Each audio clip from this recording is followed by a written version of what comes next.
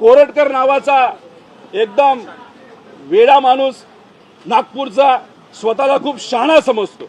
आता हा माणूस कोण आहे तर हा डील मेकर आहे, हा कुठेतरी त्या ठिकाणी कॉन्ट्रॅक्टर आहे, हा डील बनवतो। म्हणजे मंत्रालयामध्ये सामान्य लोकांना एंट्री नाही, पण या कोरटकर आला कुठल्या गाडीत आला, रोल्स रॉयस असू 10 कोटीची नाही तर कुठे, त्याला लगेच त्या ठिकाणी आत घेतलं जातं, कुठल्याही मंत्र्यांकडे तिथं जायला मिळतं।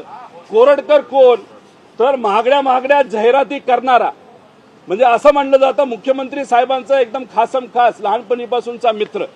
माझं म्हणणं आहे की मित्र आहे म्हणून त्यात काय हे नाही, पण माझं असं म्हणणं आहे की मुख्यमंत्री साहेब हे मित्रांचे मुख्यमंत्री नाहीत, मुख्यमंत्री साहेब हे महाराष्ट्राचे मुख्यमंत्री आहे।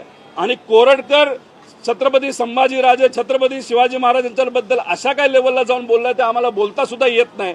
त्याच्यावर तुम्ही कारवाई करत नाही, त्याला तुम्ही पोलीस प्रोटेक्शन देता आणि पोलीस प्रोटेक्शन असताना हा महाशय मध्य प्रदेशमध्ये तिथं पळून जातो, त्या बाबतीत तुम्हाला काय करता येत नाही, त्याच्यावर तुम्ही कारवाई करू शकत नाही, त्याच्यावर तुम्ही जेलमध्ये टाकू शकत नाही। त्याच्याकडे 10 कोटीची रोल्स रॉयस आहे।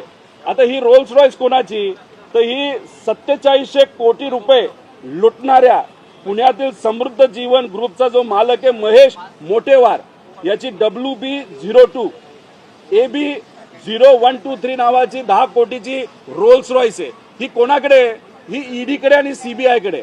आता ईडी आणि सीबीआयच्या ताब्यात असलेली गाडी बाहेर कशी येते आणि हा महाशय कोरटकर का कोण आहे त्याच्याकडे ती गाडी कशी येते, हा सगळ्यात मोठा प्रश्न आहे। म्हणजे त्याचा हक्क हा कोरटकर पोहोचलेला माणूस आहे, राज्यातल्या मंत्र्याच्या जवळ आहे आणि केंद्रातल्या नेत्यांच्या जवळ असं आपल्याला म्हणावं लागेल।